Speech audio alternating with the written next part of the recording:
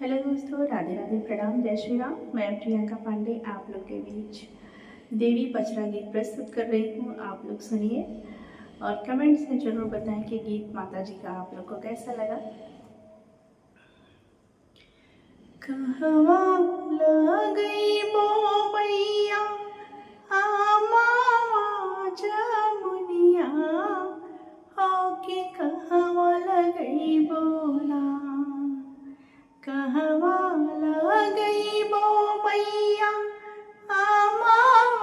जमुनिया हो कि कहवा लगई बोला। मैया मोरिनी मिया के गछिया हो कि कहवा लगई बोना। मैया मोरिनी मिया के गछिया हो कि कहवा लगई बोना।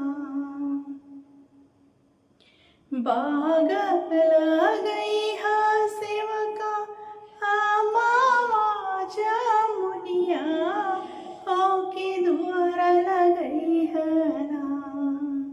बाग लगई हा सेवका जमुनिया हो कि दुआर लगई हना। मैया मोरिनी मिया के गछिया हो कि दुआरा लगई हना। मैया मोरिनी मिया के गछिया हो कि दुआरा लगई हना।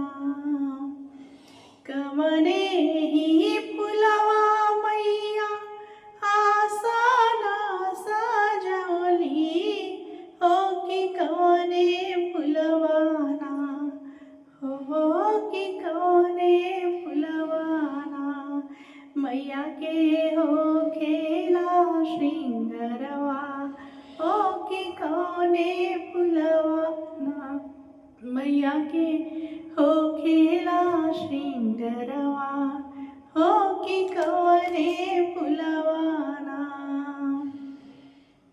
बेला चमेली राउर आसना सजवली हो कि अढ़उल फुलवाना हो कि अढ़उल फुलवाना।